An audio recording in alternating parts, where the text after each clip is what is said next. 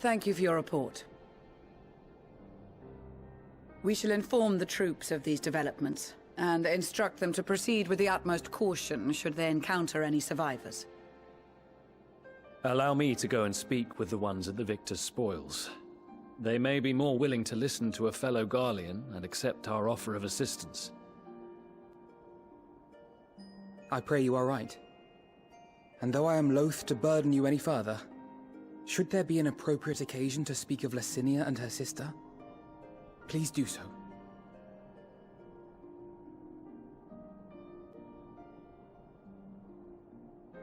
I am sorry to have put you through this. My distress is nothing compared to their suffering. So tell me, what else have we learned?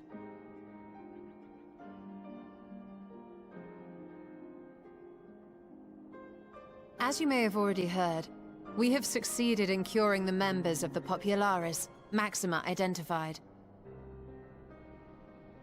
They have provided us with some intriguing insights into the current state of Garlemald.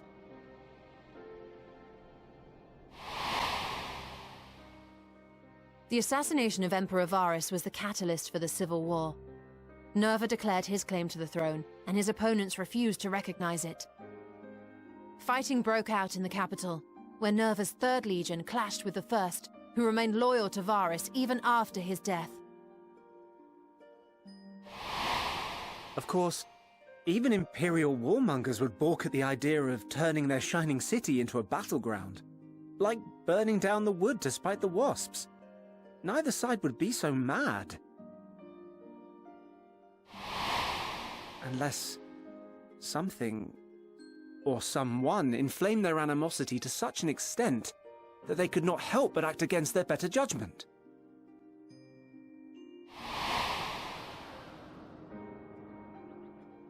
It brings to mind events at the Gimlet Dark, does it not? The Emperor's sudden withdrawal from the front lines, specifically. Nerva and his father, Titus, Varus's then political rival, took advantage of rumors that Crown Prince Zenos had been possessed by a demon. Elidibus, what better way to disparage your enemies than with the truth, or a close enough approximation? Indeed. But before their accusations could be substantiated, many of Titus's followers were silenced. While some were merely stripped of their status, others died under curious circumstances. One after another, suddenly and suspiciously. Again, Elidibus. Like as not, he had a hand in it. No evidence was found to implicate Varus, certainly. Nevertheless, Titus, Nerva, and the Third Legion would have judged it a brazen attempt by the Emperor to rid himself of his political enemies. And then, in the midst of this growing turmoil, Varus Sosgalvus is murdered.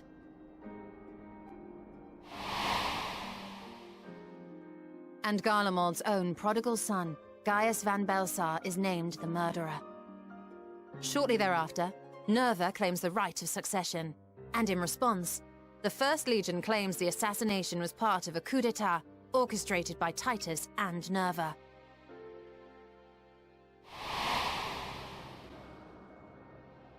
So no one is at fault, and everyone else is to blame. I should add that both parties received substantial financial backing, presumably to provide them with the means and encouragement to pursue a swift victory. And that these contributions came from the self-same benefactor. I'd heard House Brutus had been filling the Third Legion's coffers, but the First as well. It would seem so. Though the Populares determined that the First Legion received funds from a variety of organizations, all had connections to House Brutus. So Fandaniel, in the guise of Asahi, was playing both sides against each other the entire time. The information we gained from my friends does not end there. One night, shortly after fighting broke out, the capital was shaken by an immense tremor. From that point onward, they have no memories. No recollection of any events, including our clash on the Magna Glaciers. But when asked about the Imperial Palace and its bizarre transformation, they somehow recall Emperor Varus giving them orders in their dreams. May the Tower of Babel stand as testament to the glory of Garlemald. This sounds awfully familiar. We have something to show you all.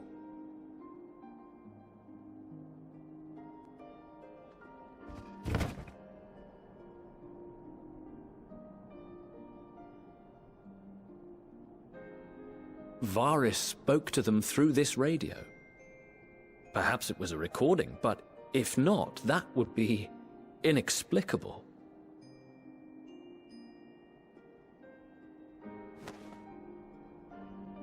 We are of one mind, then.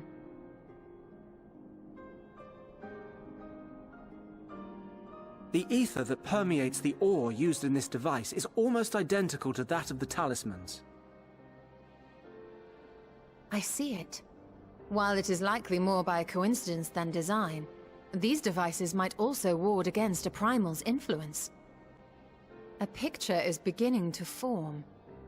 If the tremor felt throughout Garlemald was a wave of ether emitted by a primal, then while those within range would have been tempered, those huddled around a radio desperate for news concerning the Civil War would have been spared. No wonder Licinia kept it close. My friends, I must speak with you! A young man was caught trying to steal our supplies. He is a soldier of the Iron Men, we think, but one who has not been made thrall. Thankfully, Magni restrained him before blood was spilled. The stranger is outside, if you wish to ask him questions. I think we do.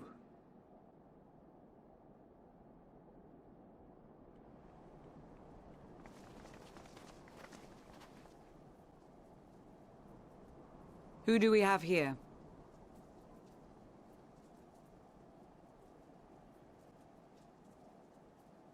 Garleans? Traitors to your homeland! Have you no shame?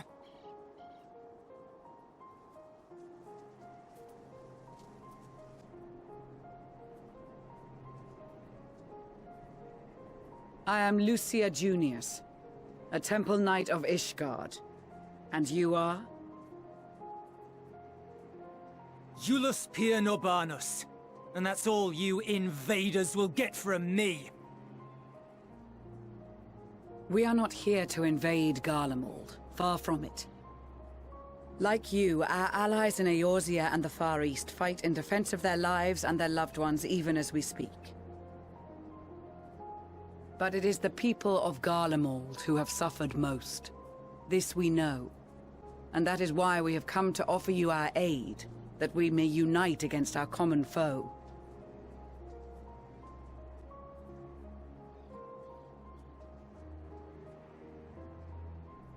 Whether you believe me or not, those are the facts. Now, answer me this. Why would a proud soldier of the Empire be reduced to stealing? The situation must be dire indeed for you to go to such lengths.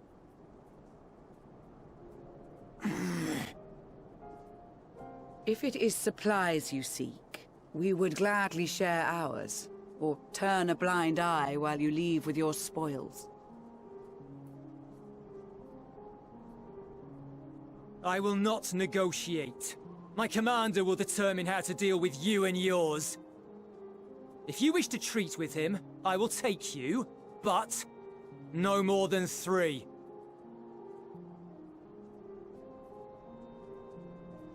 I don't much like the sound of that. But if we do accept his proposal, I suggest the 2 of us and...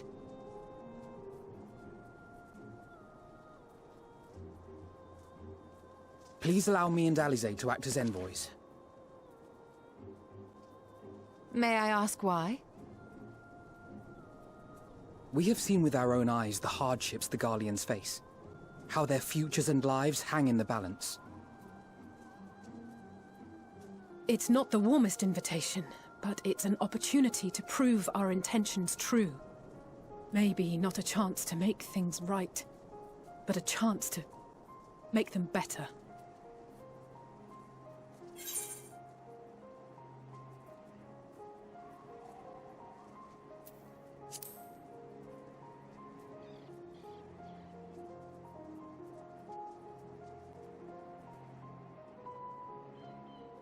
I can see that persuading you otherwise is a lost cause, but you will proceed with the utmost care.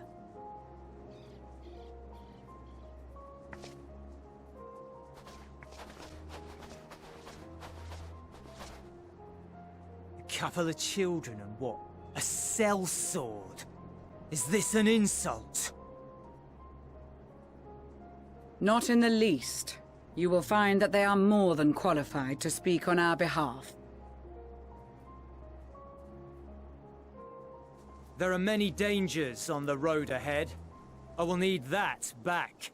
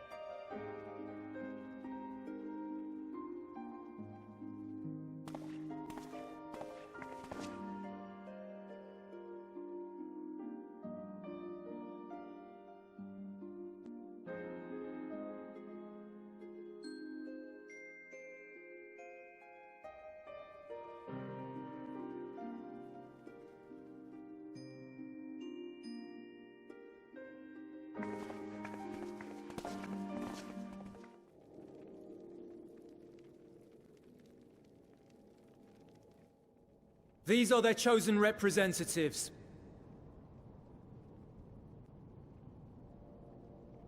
Very well. Let us hear what they have to say. Yes, sir.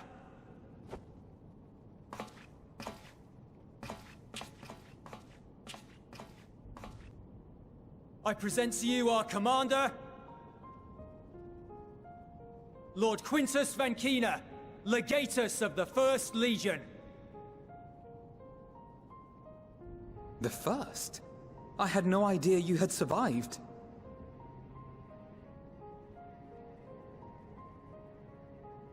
We lost our Emperor, our city, more than half our troops. For my wounds, I may never take the field again. But we survived, aye. In a manner much to your liking, I dare say. We have no intention of adding to your misfortunes, nor do we bear you any ill will. Spare me. Though you children may speak in earnest, overtures of peace ever ring hollow in my ears. So long as man stands to profit from his neighbor's suffering, war is inevitable. Driven from our ancestral homeland into this blasted waste. Yet still you yearned to rob us of our paltry scraps. 'twas only with Magitech that you learned to keep your distance. Though we knew it was only a matter of time before you regrouped and returned. Conquest and Empire were our only defenses. Emperors Solus and Varus understood this, and through their campaigns saw us grow and prosper. Much blood has been spilled in Garlemald's name, aye. But if it is a choice between yours and mine, then it is hardly a choice at all. I do not deny that a great many conflicts throughout history were driven by the desire or necessity to gain by another's loss. That is not why we are here. Nor have we come to petition your aid in the war with the Telophoroi, grave though that threat may be. Our purpose is simply this. We wish to help you. Let us help you. If there is aught that can be done to ease your plight, we would be glad to do it. Perhaps you would.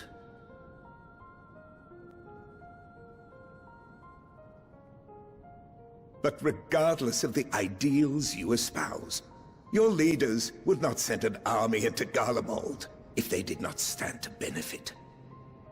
If we accept their aid, they will expect their efforts to be rewarded once the Telophoroi are no longer a threat. And after compensation and concessions, the great empire would be brought to heel. Her enemies rejoice at her downfall. Our third eye, a mark of shame. We won't stand idly by and let your people be humiliated. And we're not alone in that. We only want to make a difference, to make this world of ours better. Surely you can understand that. What I'm trying to say is, there are so many people who just don't care about making you suffer. And maybe that's almost insulting after all the suffering you feel the world has subjected your people to, but believe it or not, that's the truth. And now we're here, and all we're asking is for you to tell us what you want, what you hope for. So much blood has been shed, so much lost. All because of this endless war. Who wouldn't want to end it? Can we not work together to face our problems as one?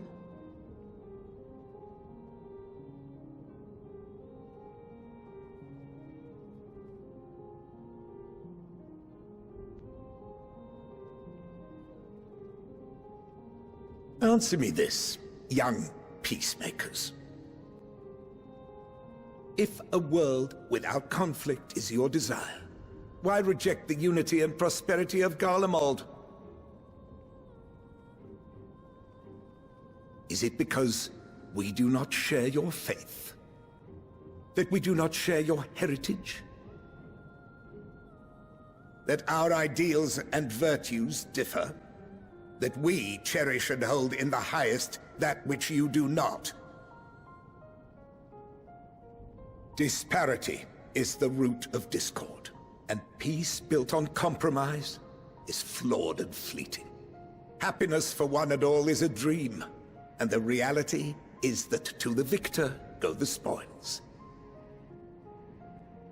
That is why we Garleans will never submit nor surrender. For freedom and for pride, we will remain true to ourselves until the bitter end. That is my hope.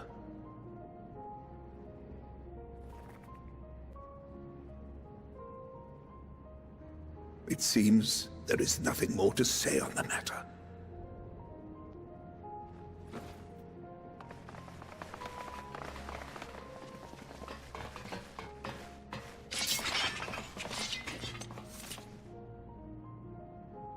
You will remain here while I decide what is to be done with you. Do not be alarmed. No harm will come to you, if you cooperate.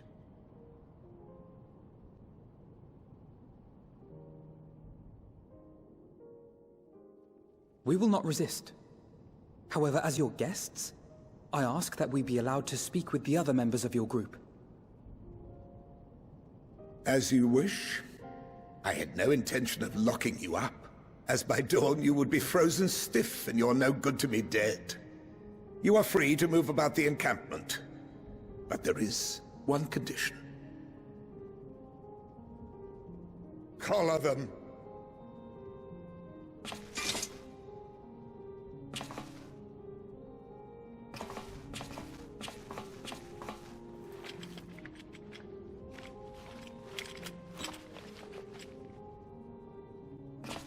What are these?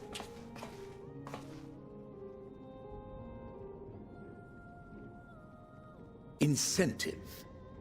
You'll be watched at all times. Stray too far or act suspiciously, and we will administer a rather painful shock. Stop! Keep away from that one.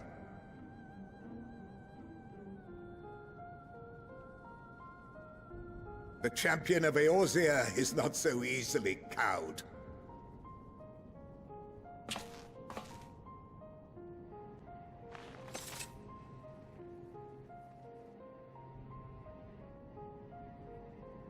Even if he allowed himself to be collared, the shock would be no more than an itch. No. If he refuses to obey, we will activate the twins' restraints instead.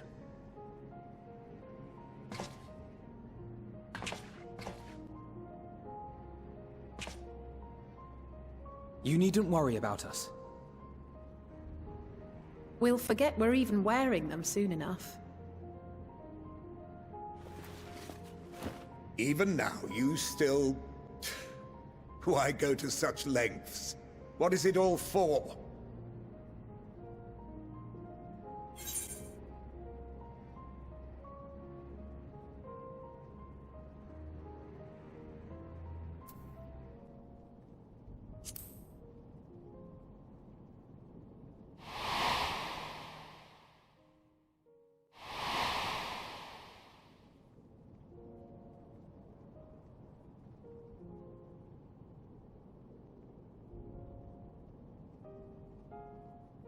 You are a curious one.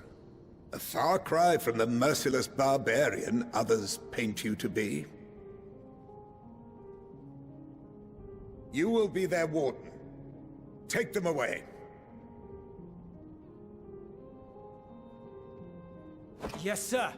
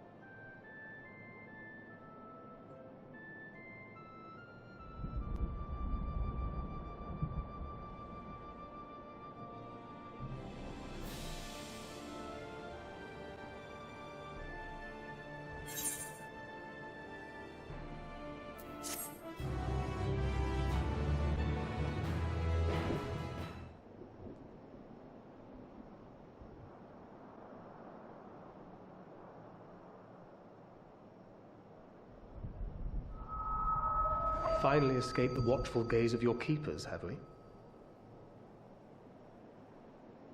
Don't react. You'll only draw attention to yourself. Just carry on as you are and listen. After you left with the Garlean lad, Lucia bade a few of us scouts follow you at a discreet distance. We observed you being led into the station, but decided against venturing inside. When you emerged sometime later, and we saw that the twins were sporting Magitech collars, it was clear what had taken place. Now, as quietly as you can, tell me everything.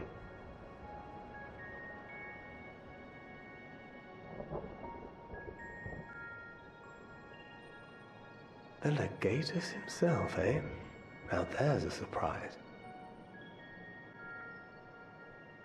This is also the first I've heard of a plan to join forces with the 10th and storm the Tower of Babel. An interesting development, and perhaps the opportunity we've been waiting for. Our comrades back at the camp also received some rather promising news, but it's still too early to get our hopes up. For now, keeping yourselves out of harm's way comes before all else. Whatever demands the Garleans make, indulge them.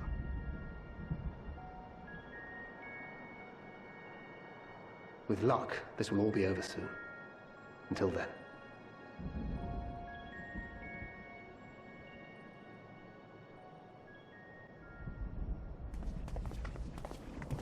They had not gone far. We searched high and low, but no luck, I'm afraid. I might have guessed you'd be the only one to find anything.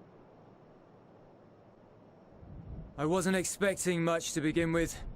Eventually, there will be nothing left out here for us to safely salvage. For now, this will have to suffice. We should return to the station.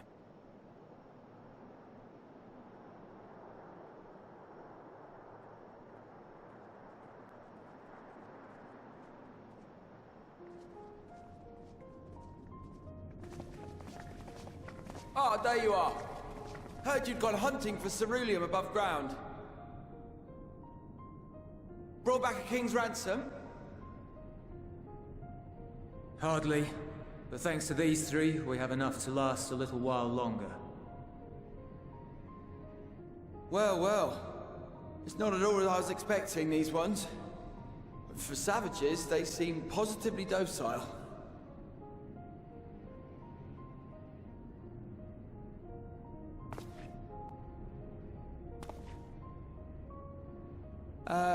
It's a poor attempt at humor.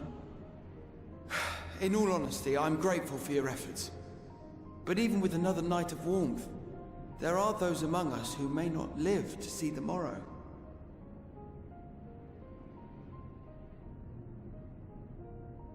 I trust your expedition was fruitful. Lord Quintus!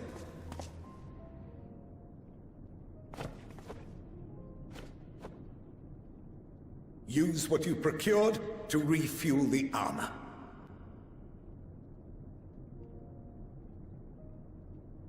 But, sir, what about the heaters for the camp?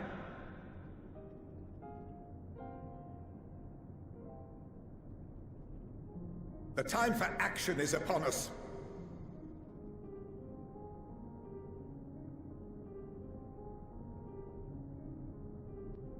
My men and I have matters to discuss. In the meantime, you are to wait here. Do not forget, you are being watched.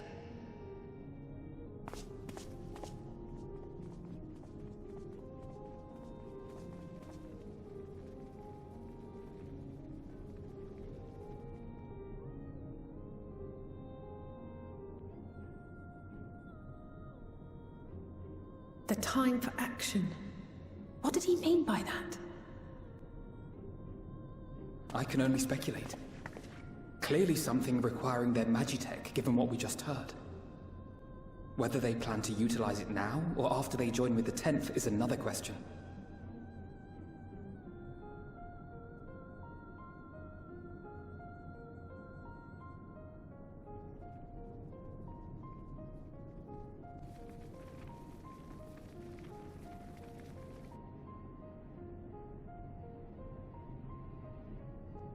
Will they ever escape this cold? Return to and reclaim the idyllic spaces of which Jullus spoke?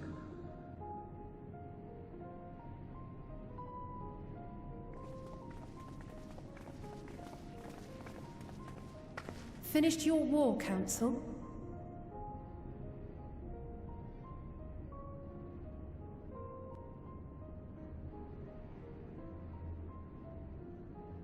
Alphino and Alizé are to stay here, as our prisoners. They will be released once your comrades have relinquished their supplies and withdrawn from Garlean soil. Until our terms are met, they will be detained at a separate location.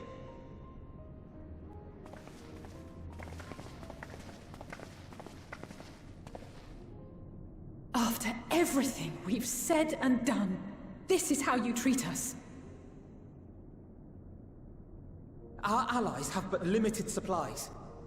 They may stave off cold and starvation for a short while, but what then?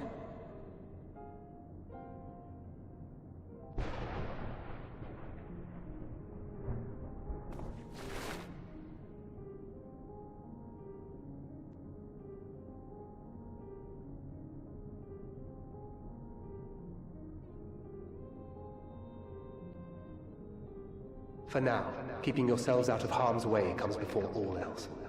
Whatever demands the Garleans make, indulge them.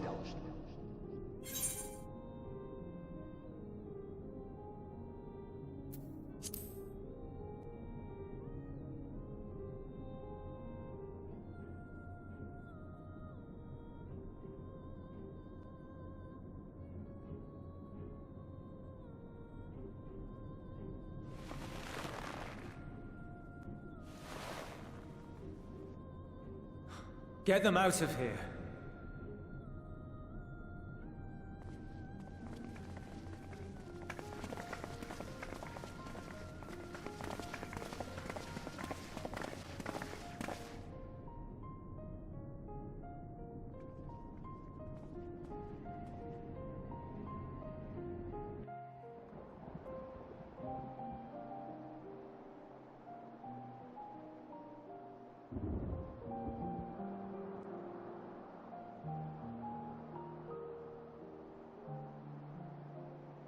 This is my home. Our home.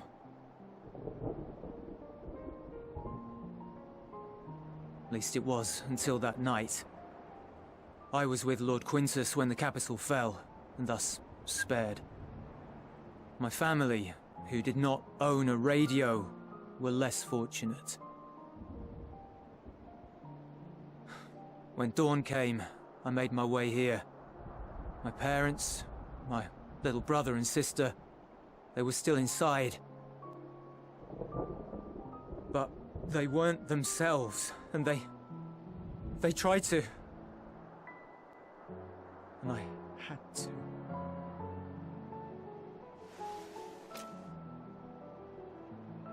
I'd promised to take them away from the capital that very morning, to somewhere safe, to hide until the fighting stopped. I promised.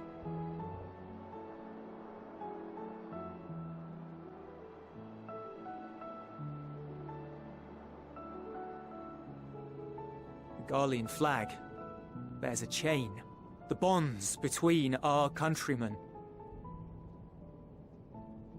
A red link at its center, the blood of the fallen. Our loved ones who lived and died for Garlemald.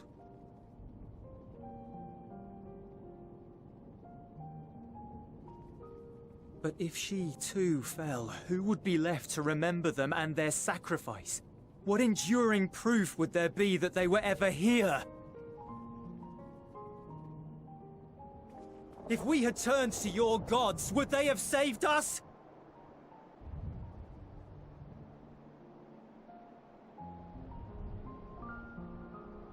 I'm sorry, forget I spoke.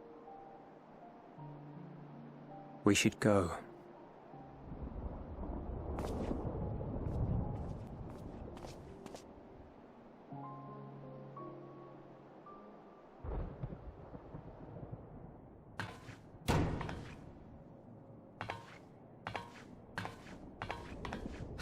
It's no use.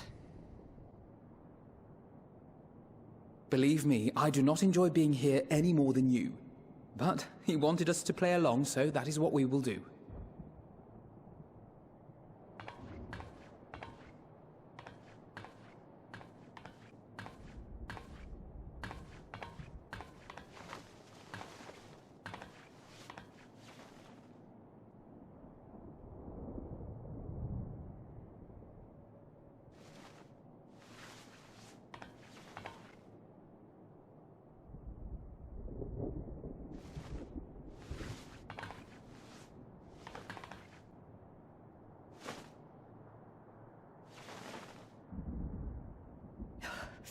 So cold.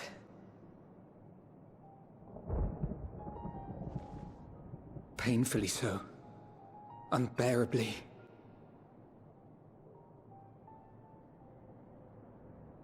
I've been thinking about what Quintus said. About why no one would accept Garlean rule. Irreconcilable differences. When coexistence isn't an option, only conquest remains. Varus at Gimlet said much the same. Only by uniting the world beneath a single standard would we rid ourselves of the Ascians. United as one people. One race cleansed of imperfections. A cold and unforgiving vision. And when we fail to live up to their standards, what place is there for us in their world? But the truly sad, truly frustrating thing is how damnably similar it all is to the lofty ideals of Father and the Forum. Non-intervention. Always non-intervention. Protect our knowledge and our people, and to hells with the rest of you. And yet, I can see how it happened. Varus and Father looked to their elders for guidance and took their virtues as their own. But for this world was of their making. In who else could they place their trust? All of us lost in a sea of chaos. Searching desperately for purpose and meaning. But it shouldn't just be an extension of another's. It has to be ours. It has to be. We all have a stake in this world. No one should be silenced. I won't deny that we lack the experience of people such as Father or Quintus. Perhaps they've come to see the world as a series of problems, and the most efficient way of solving them, to reduce everything to fundamental forms. A stone is a stone, a cloud, a flower, no more than that. Simple descriptions that strip the subject of distinguishing characteristics. A man is a man, divided according to race, creed, or allegiance, and to some, defined by such associations. Is that what you think? In my misbegotten youth. But what I believed wisdom was no more than aggressive ignorance. I've since learned to look beyond the banners and the politics. To see people as individuals with their own hopes and dreams. As for my dream of building a better world, well, every day I'm reminded that it is far more complex than I had ever imagined.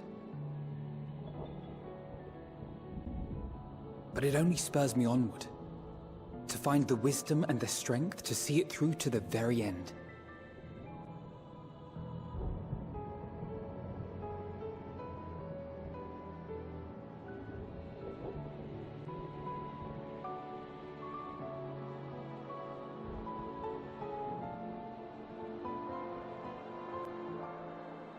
All of our supplies and an immediate withdrawal. These are your conditions? Demands. And you forgot about the airship. Once again, you will leave one behind. It will be used to return the prisoners. Their collars will be removed prior to the exchange.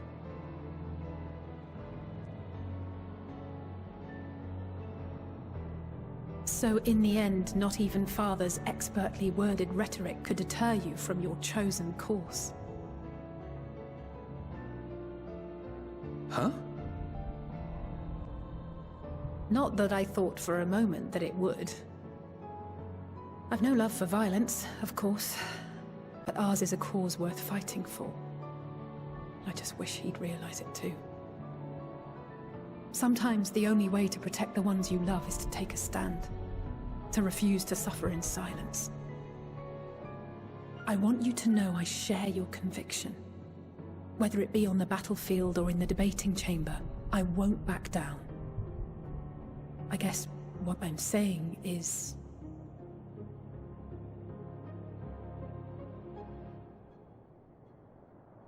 You've found your own reason to fight. Yes. Yes, I have. God's willing, there will come a day when we can finally lay down our arms, and there will be peace.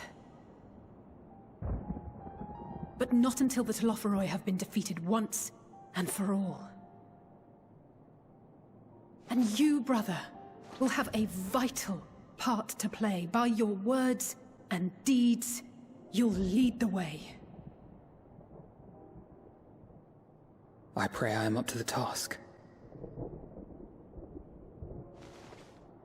There'll always be naysayers. Those who think us fools for even trying.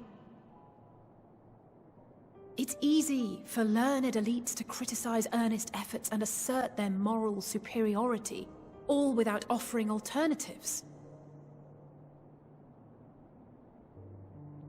Not that their sophistry has ever wounded you. So stubborn and strong. Stronger than you even know. Don't ever change, you hear me? If you stumble, I'll be there to catch you. Or give you a thick ear. Maybe both, for good measure.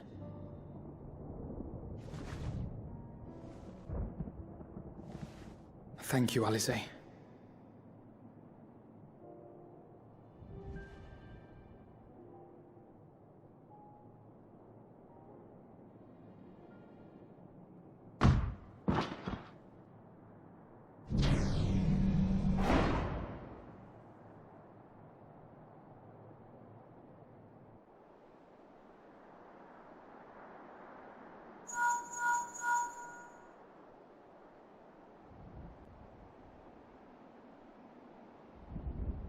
The scouts have secured Alize and Alphino. Their collars were removed without complication as well.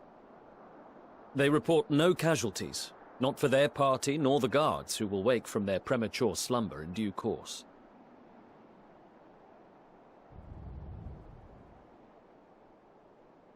It would appear the situation has changed. I propose new terms. We have information that will be of great interest to Lord Quintus, and I wish to speak with him in person.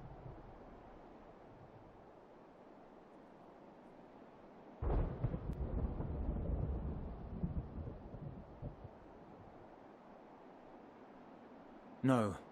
In the event you rejected our first proposal, we came prepared with a second.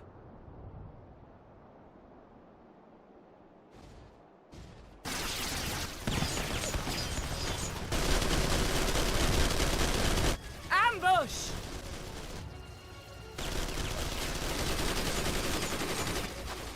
More are coming! Make ready! We, the loyal soldiers of the First Legion, proud servants of Garlemald, of the fallen Emperor Varys, shall safeguard these lands from the barbarian hordes until our countrymen return!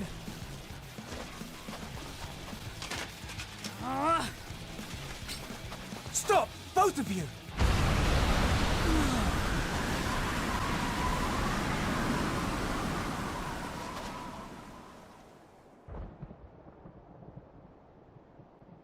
This child may be the worst emissary I have ever seen.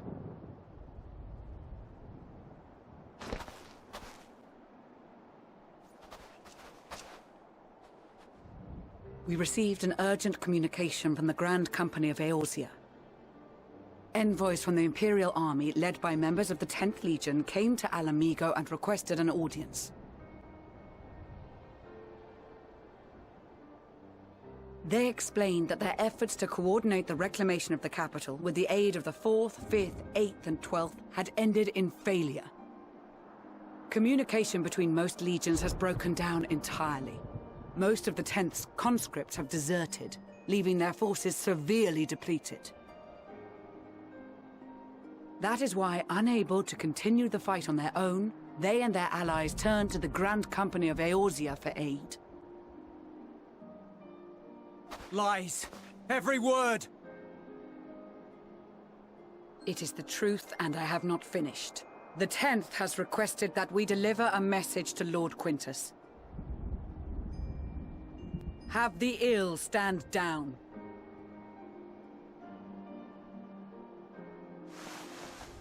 You have been listening, my lord? What are your orders?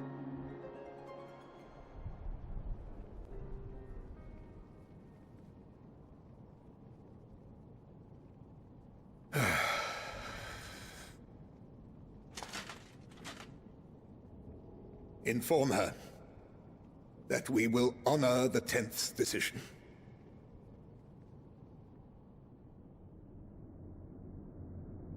Bereft of hope, and now dignity.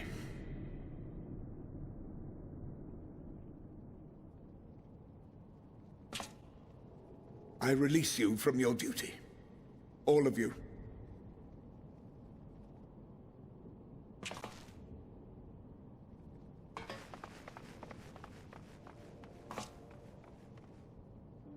I take solace, your radiance, in the knowledge you are not here to witness our debasement. 'Twas a grand, glorious dream we shared. Of a world united, of peace and prosperity.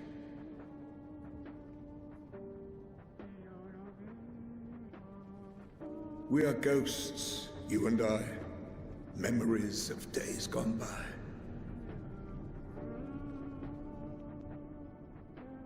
Bonds forged in blood that I will not see tarnished.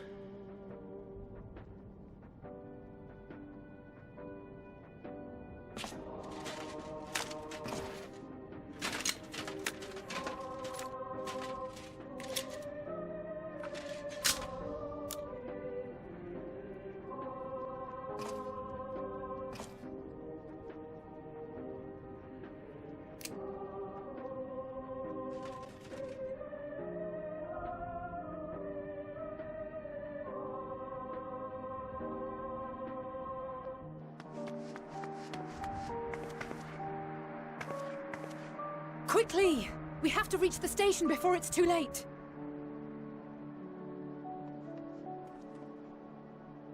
If there is still a chance that Quintus will agree to a truce, we must take it.